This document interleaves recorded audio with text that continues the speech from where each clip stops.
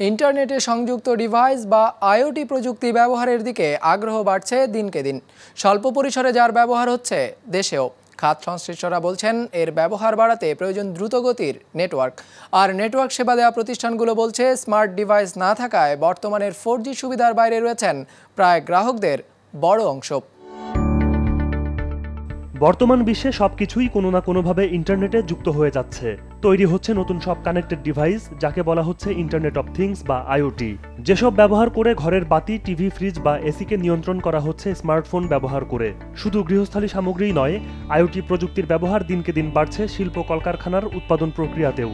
তাই তো দেশীয় প্রতিষ্ঠানগুলো নজর দিতে শুরু করেছে আইওটিতে। গ্লোবালি আর লোকালি দুই দেশে আইওটির পটেনশিয়াল আসলে অনেক বেশি। আমরা তো রিসেন্টলি আমরা ওয়াসার একটা স্মার্ট মিটার রিডিং আমরা কাজ করেছি, ওটা হচ্ছে আইওটি নিয়ে।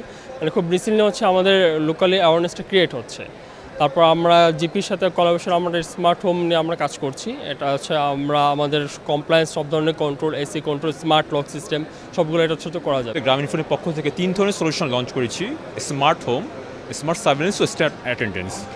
স্মার্ট হোমের উদ্দেশ্য হচ্ছে যে আমরা নিত্য প্রয়োজনীয় যে কাজগুলো ঘরে করে থাকি সেগুলোকে অটোমেটেড করা, যাতে আমরা ঘরে যে কিছু কাজে হয়তো আমরা অটোমেশনের প্রয়োজন হয় আমরা সুবিধাটা পেতে পারি। তো আমাদের বাসাতে অনেক সময় দেখা যায় কর্মজীবী যারা আছেন, কর্মজীবী পরিবারের সদস্যরা বাসার প্রতিটা মুহূর্ত তাদেরকে হয়তো দেখার প্রয়োজন হতে পারে। এই কারণে আমাদের স্মার্ট সার্ভেলেন্স সলিউশন রয়েছে।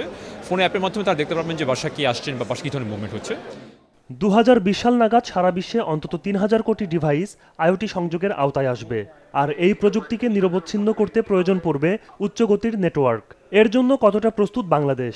সেই প্রশ্নের উত্তর খোঁজা হয় 5G নতুন যুগের সূচনা শীর্ষক এই আলোচনায়। Currently, like I can talk about Robi, we have given more than 68% 4G coverage all across the country, but only 20% are using 4G.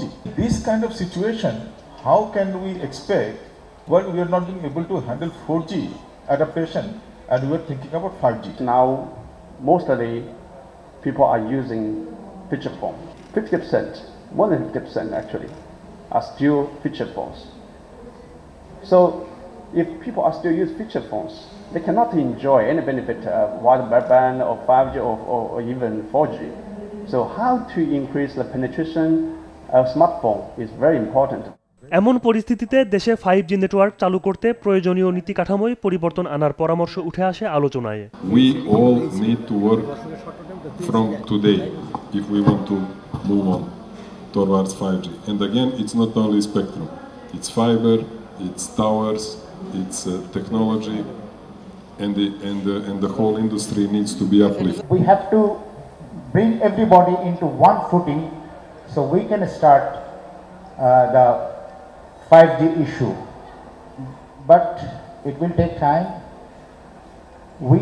We don't have time actually, so we are discussing and we will discuss. 2025 সালের মধ্যে দেশে 5G সেবা চালু করতে চায় সরকার। Thank you.